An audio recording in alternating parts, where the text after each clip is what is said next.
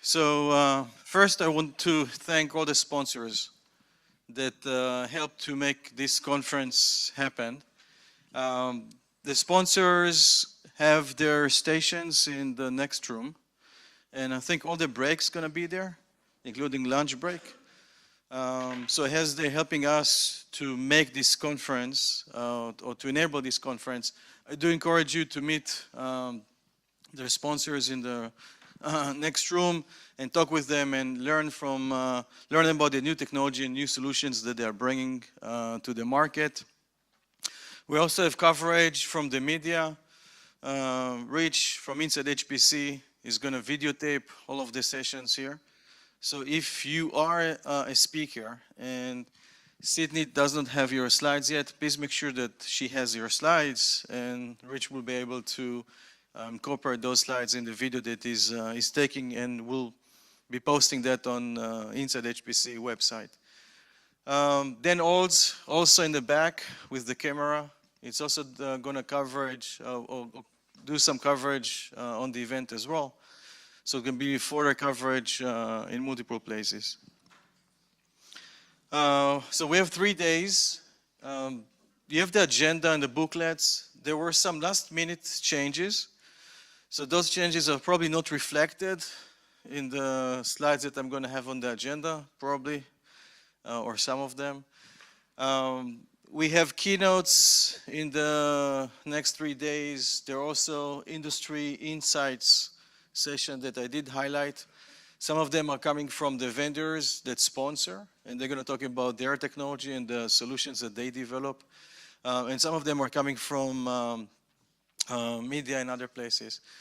So I do encourage you, by the way, to ask questions throughout the 3 days. You can wait for the breaks, but we do want or do encourage to have live discussions.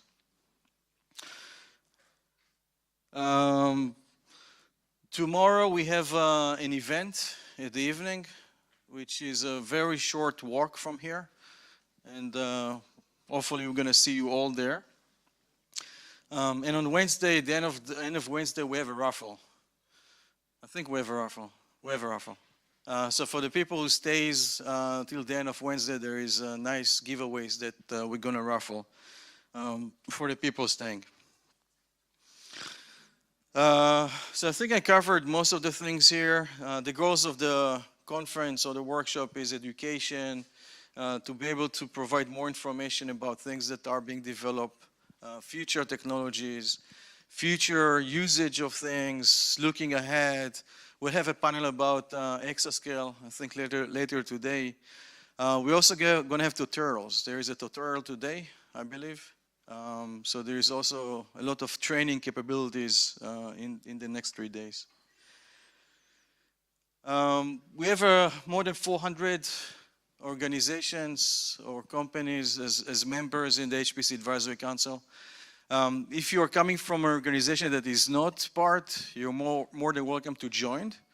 There is no charge to join the consortium, and by joining you get closer to all of the activities, testing, and other capabilities that the HPC Advisory Council provide to its members.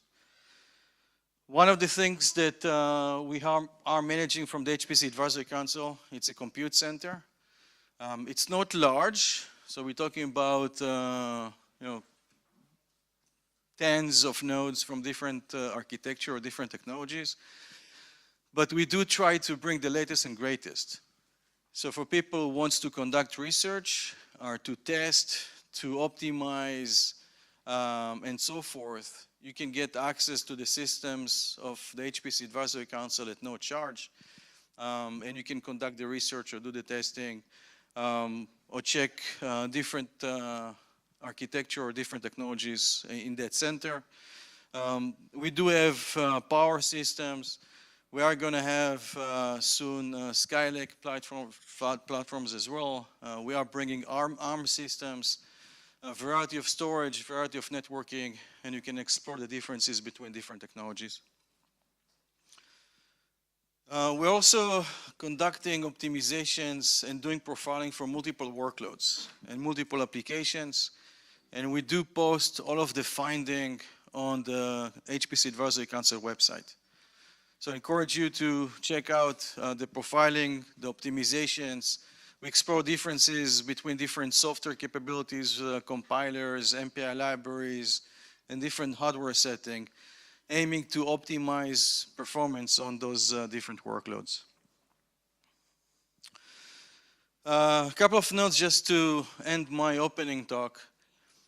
We are going through an interesting transition within the data center. And we're actually moving from a compute-centric data center, which actually was built to run everything on the CPU itself, to a data-centric data center. And in a data-centric data center, the idea is to be able to provide compute everywhere.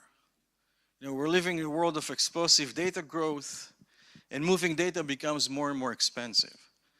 The need to find insights faster in the data becomes a critical thing.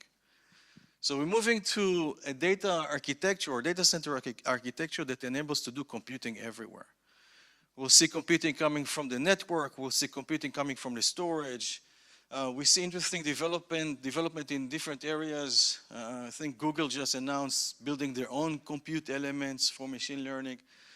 So we're going to an architecture that you will get compute everywhere. And it's a different mindset, different technologies and different solutions. In the next 3 days, I think we're going to cover multiple areas in that transition to a data-centric architecture. We'll have sessions around machine learning and cognitive computing. We'll have sessions that describe how the different elements evolve in the memory, in the storage, on the network side, on the compute elements, on the software, and so forth. So again, I do encourage you, ask questions throughout the presentations. Just raise your hand. We will try to hold time. So if we're getting over time, Sydney here will stop you, and you can definitely continue the discussions during breaks or the evenings, and of course at the evening event. So that's it. Again, thank you for joining us, and hope you're going to join the next 3 days. Thank you very much.